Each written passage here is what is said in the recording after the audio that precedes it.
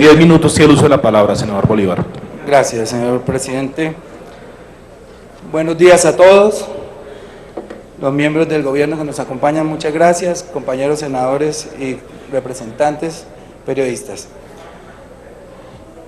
Se especula con que estamos exagerando la nota con respecto a los asesinatos de líderes sociales. Yo traigo acá la bitácora para que al final de ella hagamos una pequeña reflexión. No tan pequeña, perdón. El 7 de agosto, mientras se posesionaba el presidente Duque, en Cajibío, Cauca, fue asesinado Uriel Rodríguez. El 9 de agosto, en Puerto Leguízamo, Putumayo, fue asesinado Alejandro Jacanamijoy. El 10 de agosto, en Santander de Quilichao, Cauca, vayan armando el mapa, vayan armando la geografía de ese grupo poderoso que está atentando contra nuestros líderes. El 10 de agosto, en Santander de Quilichao, Cauca, fue eliminado Emiliano Troches.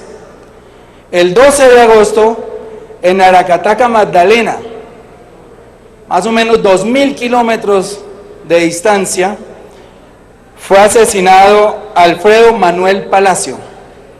El 13 de agosto, un día después, en Guaviare, al otro extremo, al occidente del país, fue asesinado Jorge Eliezer Roa, que había sido ex alcalde de esta localidad, de Calamar, Guaviare.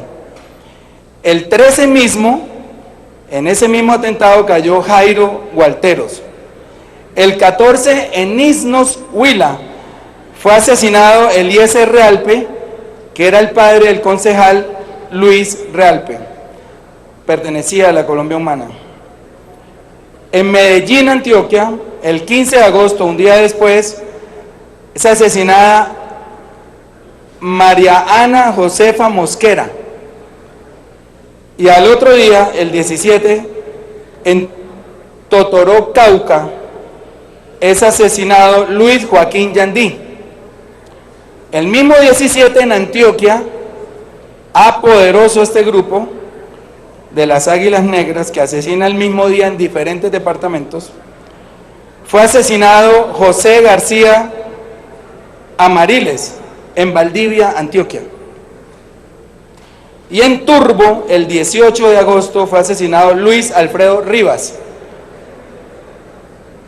El 19, en Armenia, Quindío, Marco Tulio Grajales también vio la muerte. El 19 mismo, en Tumaco, Nariño, murió asesinado Holmes Alberto Niscue. Y el 20, en Carmen de Chucurí, Santander, Fabiola Fajardo. La lista sigue, la voy a leer completa, son 30 líderes asesinados en un mes de gobierno. El 21 de agosto, en Puerto Rico, Meta, es asesinado Jefferson Andrés Arévalo y su esposa fue violada ese mismo día. El 22 de agosto, en Mapiripán, Meta también, fue asesinado Richard Silva y su padre resultó herido en este mismo atentado.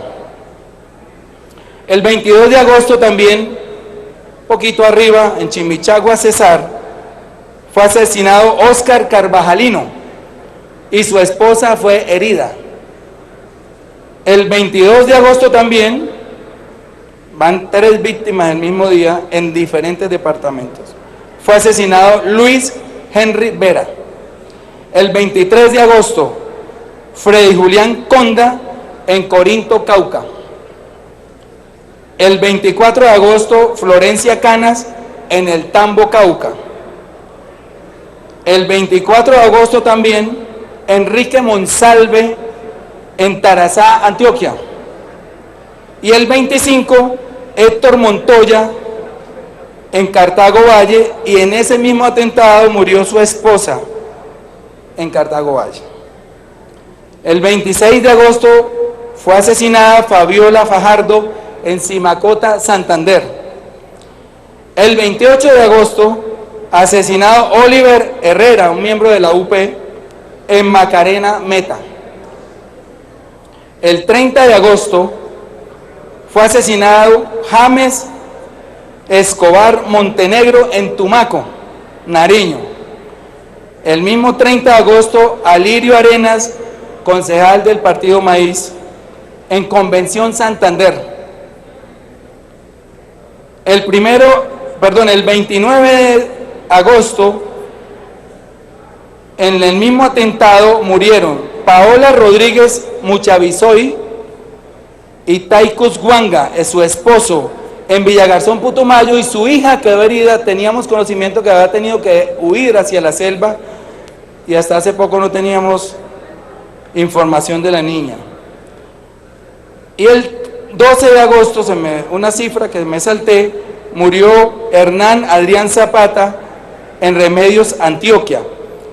Sin contar, aquí están los 30 nombres, luego no es una especulación, de los líderes asesinados en Colombia durante el mes de gobierno del presidente Duque, sin contar los heridos, que son cerca de 40 o 60 que sobrevivieron a los atentados, y sin contar los amenazados, que a juzgar por el censo que hemos venido haciendo, superan los 300 o 400 líderes sociales en Colombia. Pues señoras, señores, tenemos que en 14 departamentos distintos ubicados a lo largo y ancho de nuestra geografía, y los enumero: Cauca, Cesar, Quindío, Guaviare, Magdalena, Huila, Antioquia, Cundinamarca, Putumayo, Santander, Norte de Santander, Nariño, Meta y Valle. En 14 departamentos vienen actuando las fuerzas oscuras, supuestamente las Águilas Negras, contra los integrantes de la Colombia Humana, contra líderes sociales de derechos humanos, contra líderes ambientales antifracking, contra líderes anticorrupción, contra las mujeres.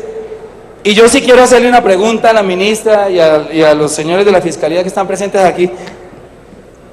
¿Quién puede tener la capacidad logística y militar para atacar con tanta sevicia y tanta organización en 14 departamentos distintos de Colombia? Como lo dijo Iván Cepeda, ese cuento de las Águilas Negras ya no se lo cree nadie, no existen. Y si existen, ¿dónde están los 33 billones de presupuesto de defensa? ¿Dónde están los 3.9 billones del presupuesto de la Fiscalía para que nos digan dónde están?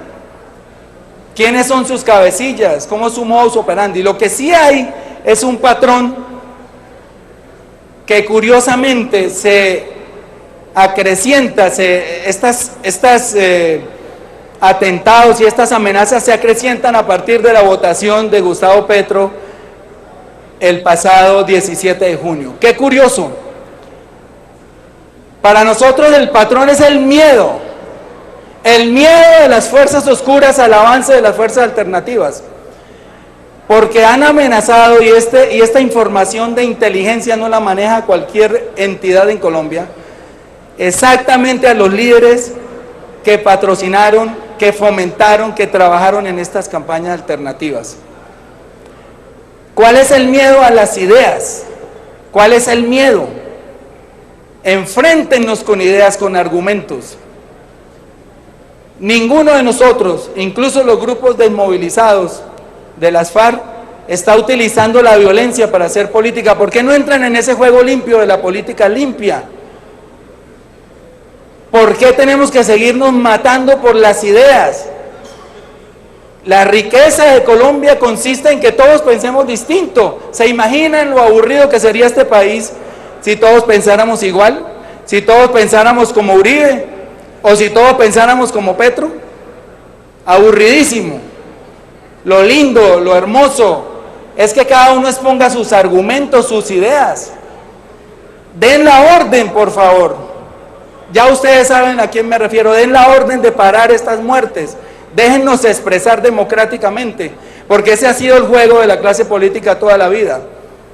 Restringen la democracia, montan Frente Nacional, no dejan participar a los movimientos alternativos. Estos se van a la guerra, se van al monte, se van a armar grupos ilegales y después con ellos mismos, con ese mismo argumento salen a asustarle a la gente y a conseguir votos. No queremos más grupos guerrilleros en Colombia. Nos persiguen, nos niegan la personería jurídica.